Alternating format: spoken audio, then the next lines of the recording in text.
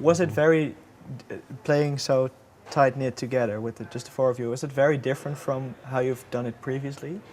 Yeah, and definitely different than Merriweather.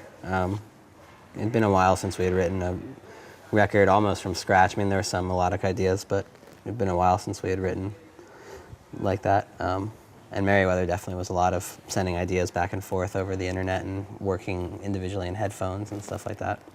And what got you most excited in those weeks?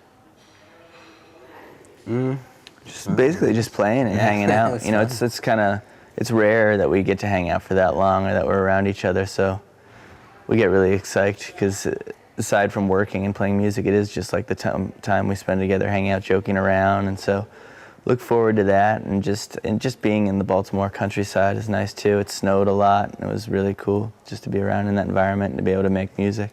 Is there a sense of pressure as well? Because, you know, you are Animal Collective, you are making a new record, people are expecting everything and more.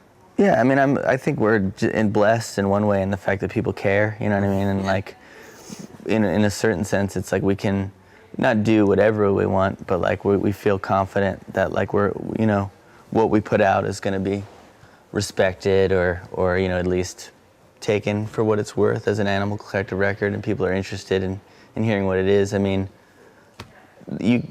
we can't escape from the fact that like a lot of people talked about our last record, and people are definitely going to listen to this record with that in mind. But I mean, you can't really affect what people are going to think about it or not think about it. You know what I mean? They're going to have their own opinions based on the last one, and that's not really, we can't really do much about that, I don't think. So I think we might be selling ourselves short if we let it pressure us too much into doing something, you know, that people could compare to Merriweather in a way. You know, I feel like we just want to try and, Brian, Noah, and I felt really good about Merriweather. We liked it a lot. It's one of the better recording experiences we ever had. So I think for us, it was just to try and do something that we felt as strongly about and we could be as psyched on and, you know, could stand behind. And that's usually all we're trying to do, so. In 2010, you released a solo album. Did you have more of a carte blanche than now? Does it feel like you could do more, perhaps? Then with that, or? Yeah. Not really. I mean, again, it's not something I keep in mind in terms of what I feel is going to be respected or not respected. If that's what you mean, I'm not really sure. I just feel like for something like that, or even for some, well, this is different because it's such like a collective vision, you know what I mean?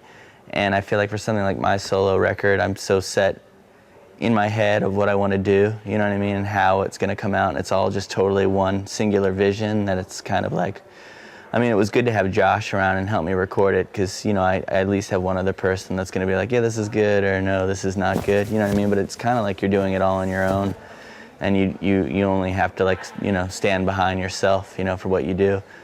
But I can't really say that I was worried so much about, you know, I just knew I had these ideas in mind and knew I wanted to do them. And that's similar to how I approached this Animal Collective record. It's just that I have 3 other people that are standing behind it as well, that are like, yeah, these are the ideas, this all makes sense, so. But what was that solo record about for you? Just the change and the transition, mostly of going from maybe some dark times, like getting out of a relationship, a serious relationship, and renewal, you know, the theme of death, I guess, in the way that it renews and starts life again, and then allowed me to move on to this time period in a way, just get rid of some stuff that was on my mind, and being very inward and looking at myself. Did you totally get rid of it, or are some of those moods perhaps also There might have been some lingering stuff on the record.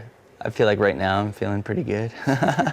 But, you know, I'm not feeling pretty good some days too, so it's like, what is it? You know, nobody's ever good all the time, I guess. But are there certain tracks perhaps on this new record that have the same feeling or vibe? I feel like that is way more stuck in like a murky, that down there, my solo record's stuck in a murkier kind of place, you know, whereas if anything, this is more, and just dwelling in that place, and if anything, this record is more about breaking out of that kind of place and just moving away from it and feeling more ecstatic about living and life and, like, you know, being around my friends and that kind of thing.